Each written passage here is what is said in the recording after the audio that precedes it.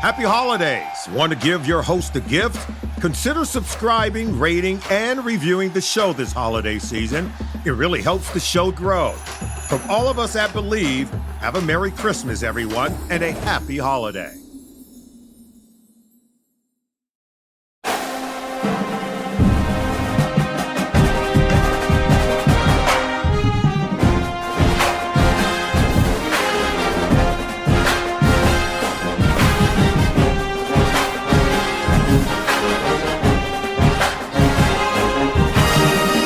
Trojan family, what's up? Welcome back to the USC LAFB show here on the LAFB network.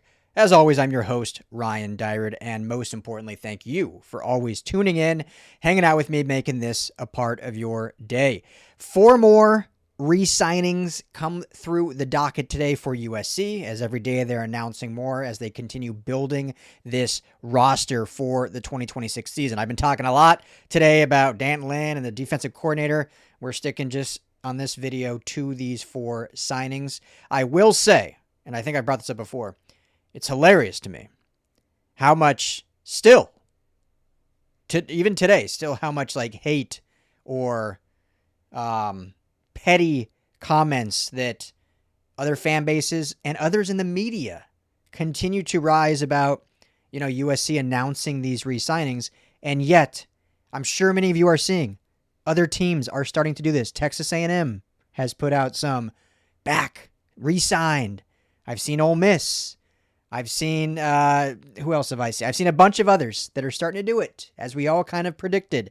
So, and regardless of the re-signing announcements, this is what's happening in college athletics. Now, USC, I talked about a few videos ago, that they are doing something even more forward-thinking in terms of NIL licensing agreements, and that's kind of how they're formatting these contracts. But even regardless, just within scholarship, annual scholarship re-signings, and then within, these have been happening anyway behind the scenes. USC is just leaning into it and taking the full-on professional approach, and why not use it for social media marketing and engagement? Here we are. The playoffs are beginning very shortly, and you still have half the country talking about USC. Global brand, right? Powerful stuff. So 4 more come through today. Some young guys and some very important guys. Again, none of these are surprises. We expect all these guys to be back, and certainly 2 of them are very necessary to be back. 3 of them, really all 4 of them. So let's start with kind of most known to less known. Not less important, just less known. So Kam Crawford officially re-signs. He will be back. He is him and Braylon Shelby, obviously your 2 staple edges going into next year. They will obviously add some depth plus the youth behind them. But a solid season for Kam. Solid season. 34 total tackles, 3.5 sacks. I think he can get more. I think he can reach another level. 6'5", 265. I think he has the potential to be one of the best players on this roster. And I don't mean just defense. I mean players on this roster until I think he has that much talent. I think he has that good of a work ethic. I do think he needs to maybe increase his pass rush bag, his pass rush arsenal. And that's something I think that can be improved upon. But he's certainly got the speed and the twitchiness and the size to be a premier pass rusher in this Big Ten conference. So cannot wait to see that jump. Remember, he's a true sophomore, so still a young kid. Obviously got a couple reps as a freshman, especially late in the season last year. This year was a true starter as a true sophomore. So now in this strength and conditioning program with Coach True, we'll see what the defensive scheme looks like, if it stays the same, if Lynn's here, if they go out and find someone or hire within and keep the scheme the same if he's gone. But I think when you talk about impact players that can make the next jump, I've talked about Jakeem Stewart, who I think can be the defensive player of the year in the Big Ten. There's other guys I think that will have a huge leap, but I think one that can certainly make that, 3.5 sacks to double-digit sacks is Kam Crawford. So great to see him officially back. That was the expectation. But you never know nowadays. So I know he was a big part of their plans internally. So glad to see it all worked out for both parties.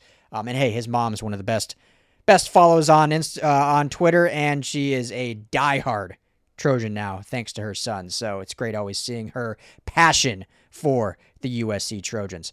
Next one, Floyd Boucard. Again, not a surprise. This one was integral to bring back. 6'3", 305, has that body size that you need in this defense in the interior on the defensive line. When you talk about needing big boys, your 2 down D tackles, Floyd Boucard fits that build. And he was probably the biggest surprise of this 2025 class. I think this was a better class than I think advertised anyway. I think we knew that going into the year. Just, those that followed the recruiting class, I think they finished, ranked 15th overall. But, there were a lot of gems in this class.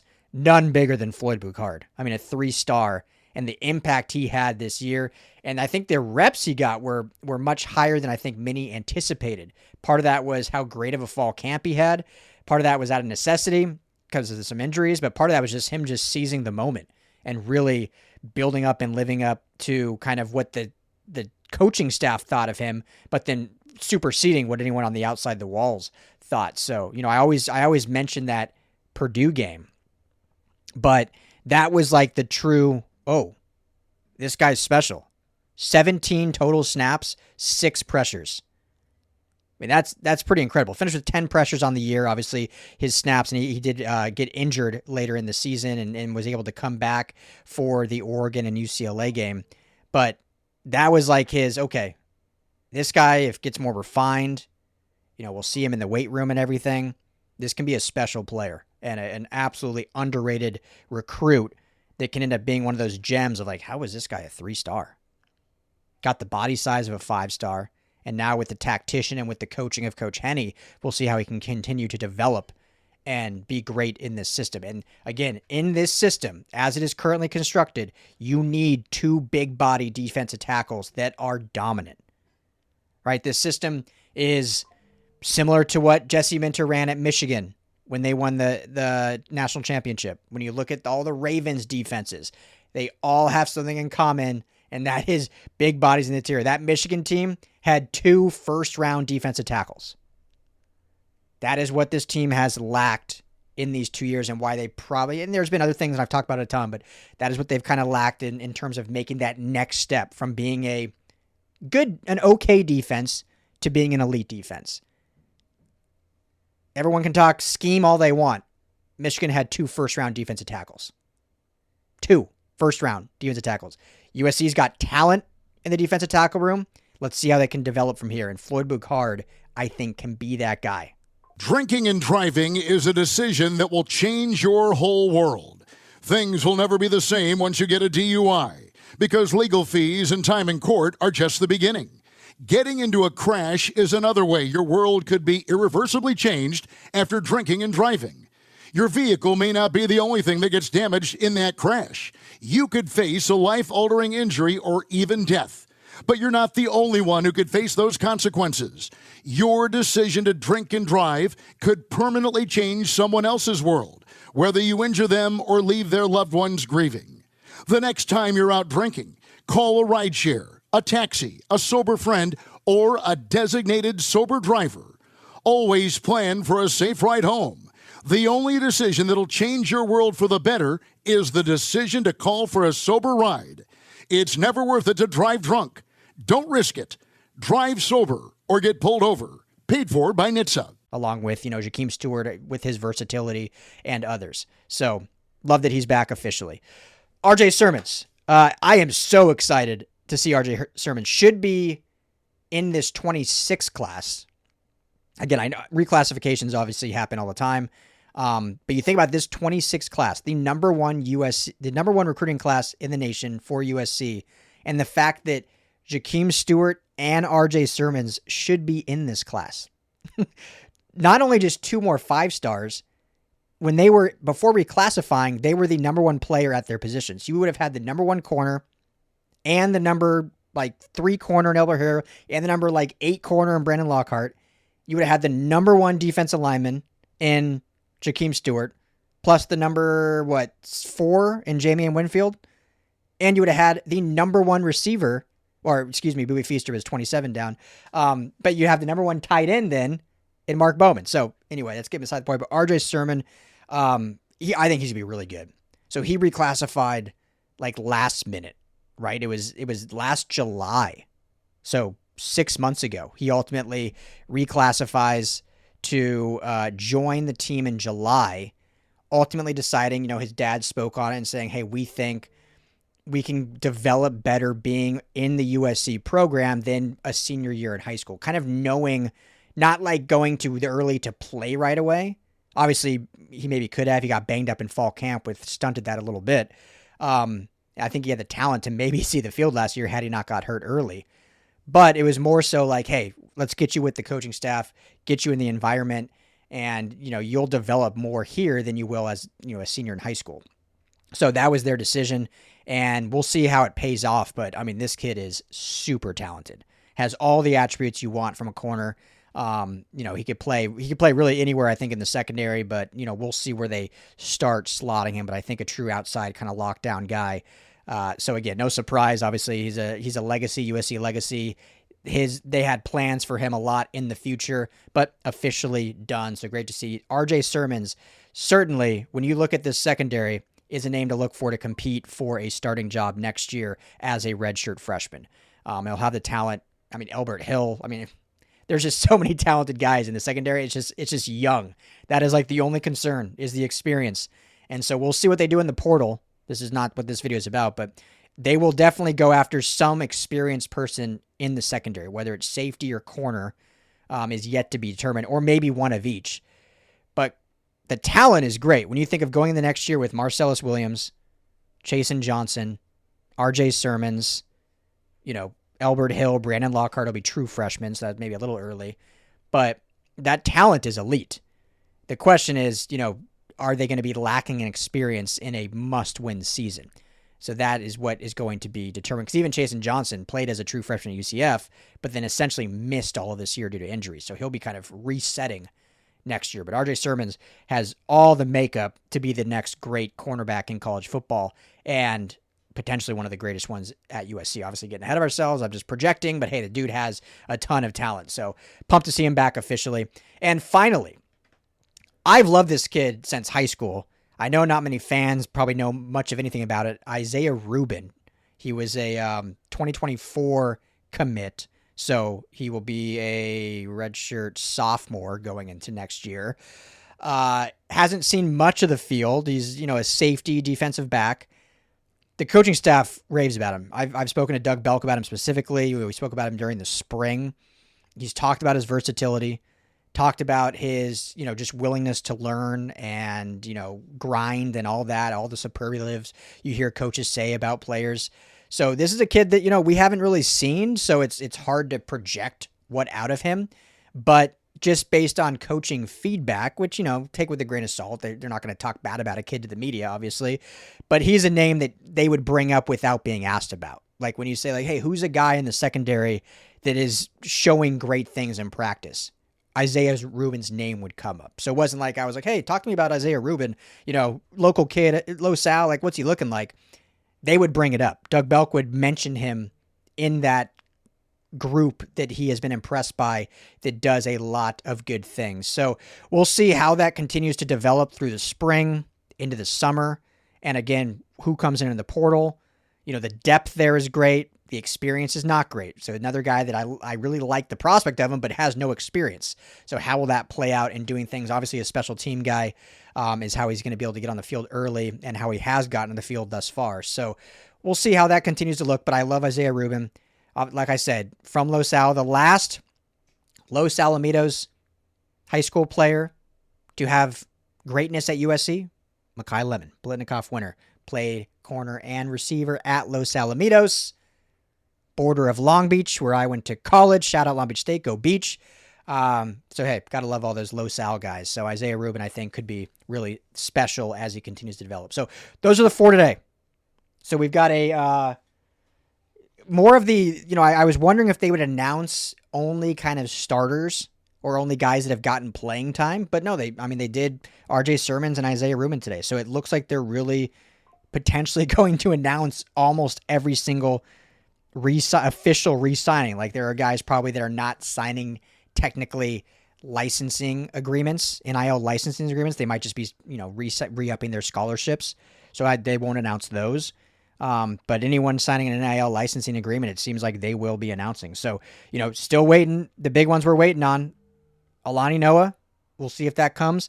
Elijah Page, I've heard, that's, should be, I don't think there's any reason to be concerned that Elijah Page will not be back. Super high priority. I think he's beloved by the staff and beloved by, Chad Bowden and his staff, and know how special he is, especially healthy.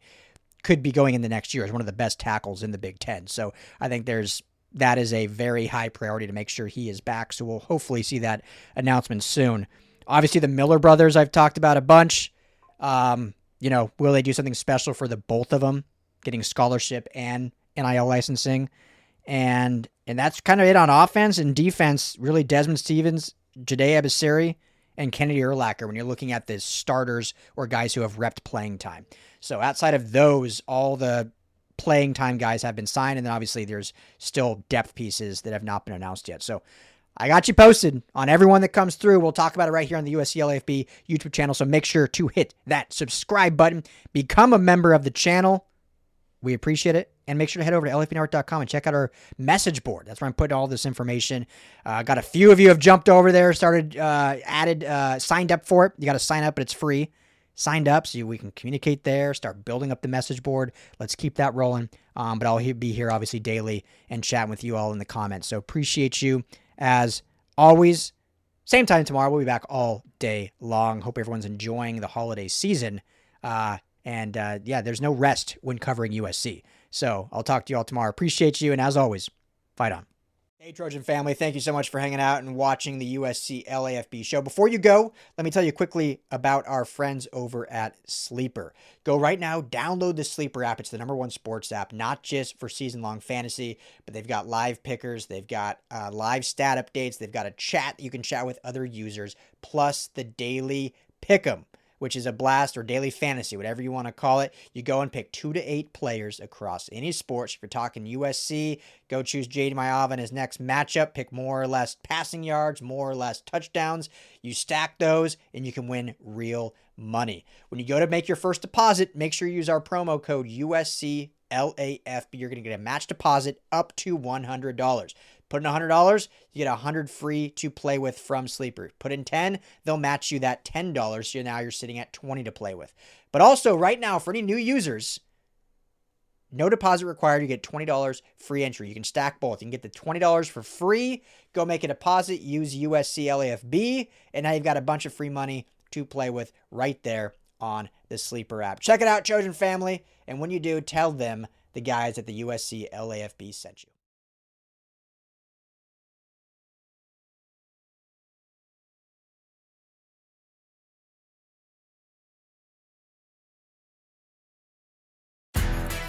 If you're the purchasing manager at a manufacturing plant, you know having a trusted partner makes all the difference. That's why, hands down, you count on Grainger for auto reordering. With on-time restocks, your team will have the cut-resistant gloves they need at the start of their shift. And you can end your day knowing they've got safety well in hand. Call 1-800-GRAINGER, click Grainger.com, or just stop by. Grainger, for the ones who get it done. Happy holidays. Want to give your host a gift? Consider subscribing, rating, and reviewing the show this holiday season. It really helps the show grow. From all of us at Believe, have a Merry Christmas, everyone, and a Happy Holiday. If you like the show, please take a moment to rate, review, and subscribe. It really does help the show to grow. Thank you for listening.